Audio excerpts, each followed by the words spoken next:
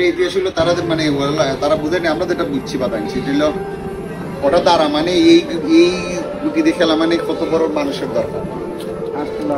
মানে আঙ্গুলগুলা কত বড় দরকার, মানে এটার এরা গেট আপ কতটুকু আছে, মানে ওটাই এটার স্ক্রিনটাতে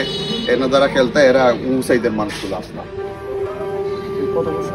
এই তো মনে হয় 200 বছর তৈরি আমার বিষয় আসলে না দাদা মানে কলম না